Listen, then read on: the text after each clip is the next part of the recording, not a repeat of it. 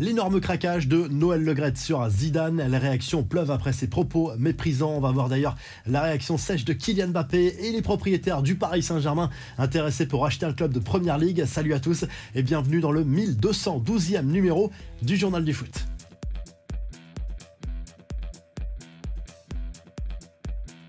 C'est peut-être l'erreur de trop pour Noël Le Graët, déjà fragilisé par des affaires embarrassantes. Le patron de la Fédération française de football a cette fois littéralement craqué lors d'un entretien accordé à RMC. Il a été très méprisant au sujet de la rumeur Zinedine Zidane sur le banc de l'équipe de France, avant bien sûr que Deschamps ne prolonge ce week-end jusqu'en 2026 à la tête des Bleus. À la question « Avez-vous eu Zidane au téléphone ?», Le Graët a répondu « Certainement pas, je ne l'aurais même pas pris au téléphone », a réagi le patron de la Fédération française de football. Des propos assez hallucinants et en plus il en a remis une couche à propos de cette rumeur en voyant Zinedine Zidane sur le banc de la sélection brésilienne. Il peut aller où il veut, je n'en ai rien à secouer, a réagi le patron de la FFF. Des propos qui suscitent forcément à l'indignation. Kylian Mbappé a été le premier à réagir sur les réseaux sociaux parmi les stars du foot, demandant beaucoup plus de respect pour la légende du football français. D'autres joueurs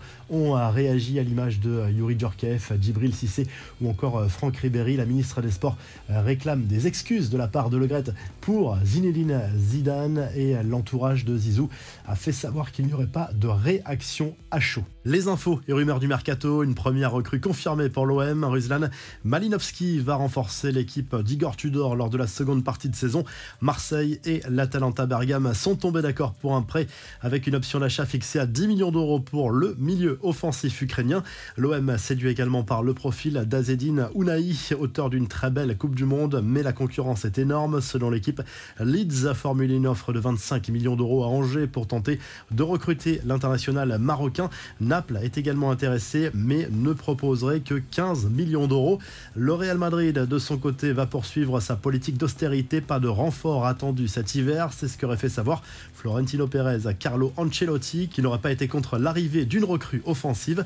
Le FC Barcelone se serait bien renseigné auprès du Bayern Munich pour recruter Benjamin Pavard lors du prochain mercato estival. L'international français, qui est sous contrat jusqu'en 2024, a déjà ouvert la porte à un éventuel départ. Le club allemand ne lui a pas fait de proposition de prolongation dans l'état actuel des choses.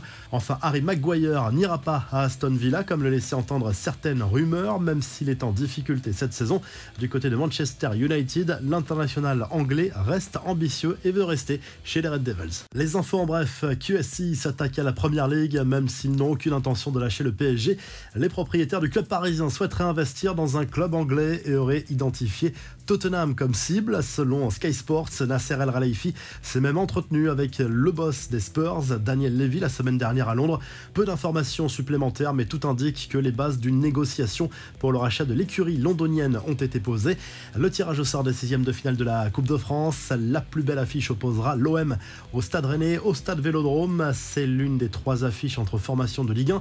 Lens ira à Brest. Le PSG ne connaît pas encore son adversaire, mais ce sera quoi qu'il arrive une équipe amateur. Cassel de Régional 1, Reims, Satane de National 3 ou encore Wascal de National 2. L'OL de son côté jouera sur le terrain de Chambéry. Allez, on termine avec la revue de presse. Le journal L'Équipe revient sur les propos polémiques de Noël Le Graët et n'épargne clairement pas le patron de la Fédération française de football. Ça commence à faire beaucoup pour un homme déjà fragilisé par des affaires embarrassantes et à la tête de la Fédération depuis 2011. En Angleterre, le Daily Express Sport revient sur le carton de Manchester City en Coupe d'Angleterre contre Chelsea, balayé 4-0 sur la pelouse des Citizens. Rien ne va plus pour les Blues en ce moment. L'exploit de ce 3e tour de la Cup, c'est pour Steven Age qui a réussi l'exploit d'éliminer Aston Villa. C'est un club de 4e division. Du côté de l'Espagne, le journal Sport salue la victoire du FC Barcelone 1-0 sur la pelouse de l'Atlético Madrid lors du choc de cette journée en Liga. C'est Ousmane Dembélé qui a marqué l'unique but de la rencontre. Le club catalan prend seul les commandes du championnat espagnol avec 3 points d'avance désormais sur le Real Madrid, battu sur sur le terrain de Villarreal 2-1 ce week-end.